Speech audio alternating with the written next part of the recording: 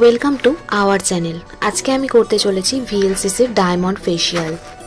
কারণ ত্বক তো কথা বলতে পারে না, তাই তার ইচ্ছা বুঝে আমাদেরকে তার যত্ন নেওয়াটা ভীষণ জরুরি।